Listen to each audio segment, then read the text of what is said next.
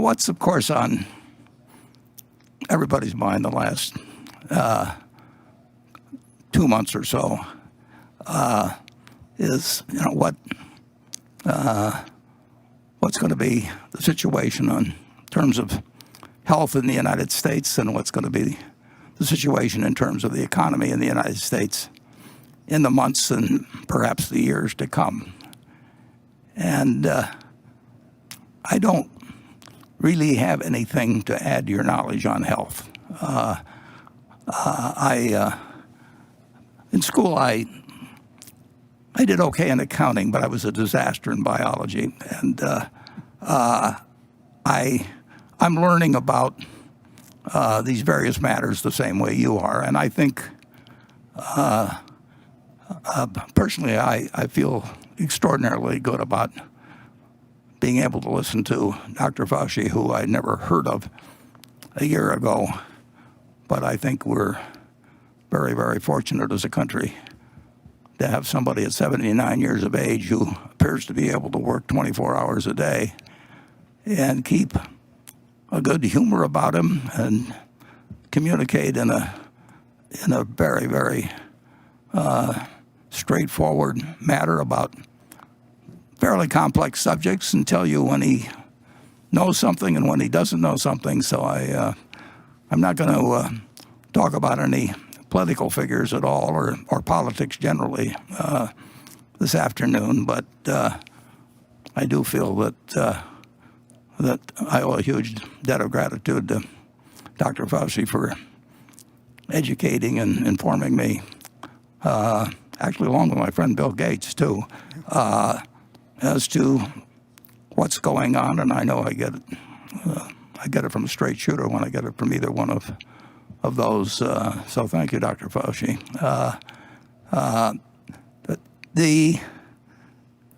When this hit us, and as I sit here in this auditorium with 17 or 18,000 empty seats, the last time I was here, it was absolutely packed. Creighton was playing Villanova, and there were 17 or 18,000, whatever it holds. It was full. And there wasn't one person in that crowd, this was in January, there wasn't one person in that crowd that didn't think that March Madness wasn't going to occur. I mean, it's been a flip of the switch in a huge way in terms of national behavior, the national psyche. It's dramatic. And when we started on this journey, which we didn't ask for, it seemed to me there was an extraordinary wide variety of possibilities on both the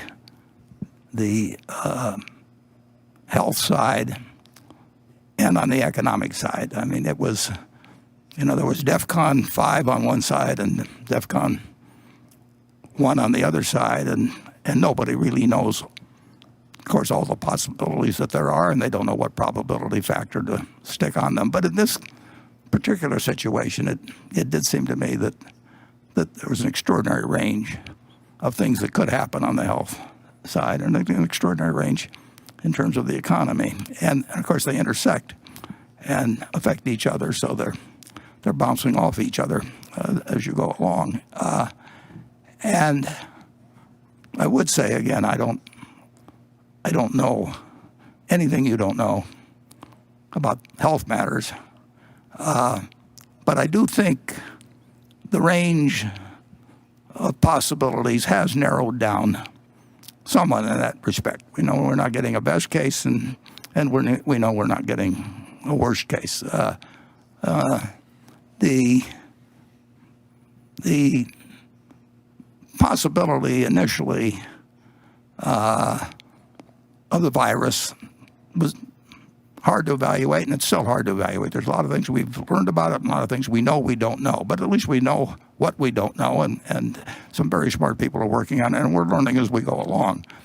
But the virus obviously has been very transmissible, but on the good side, and it's not not that good, but it is not as lethal as it might have been. We had a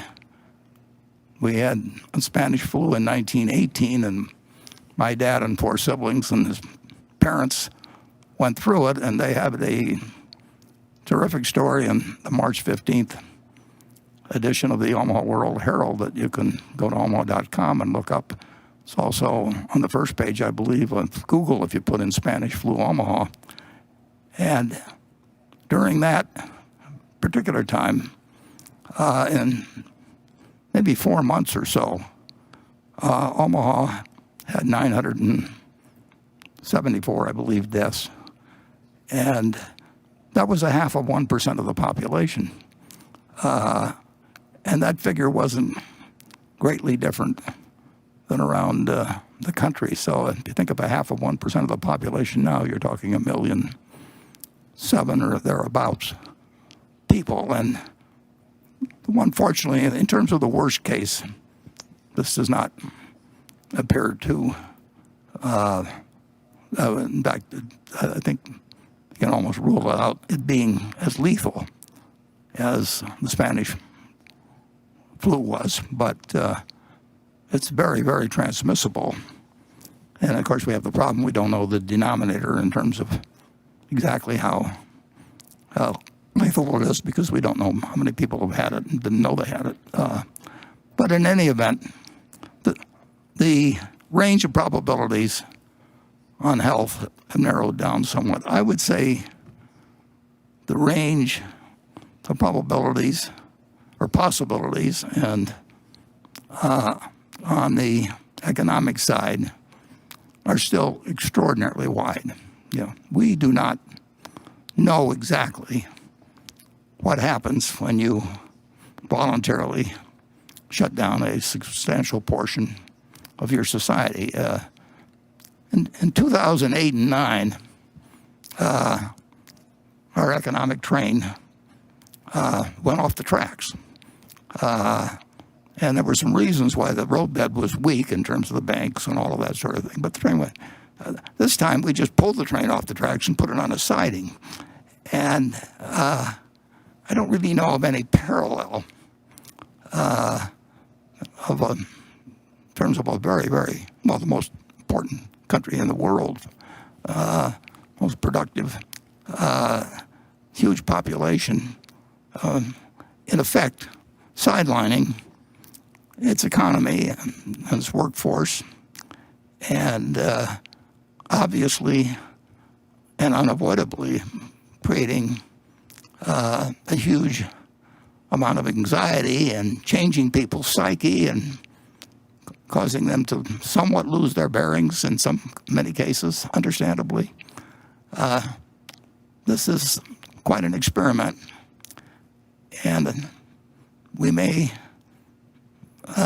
know the answer to most of the questions reasonably soon, but we may not know the answers to some very important questions for many years. So it still has this enormous range of possibility.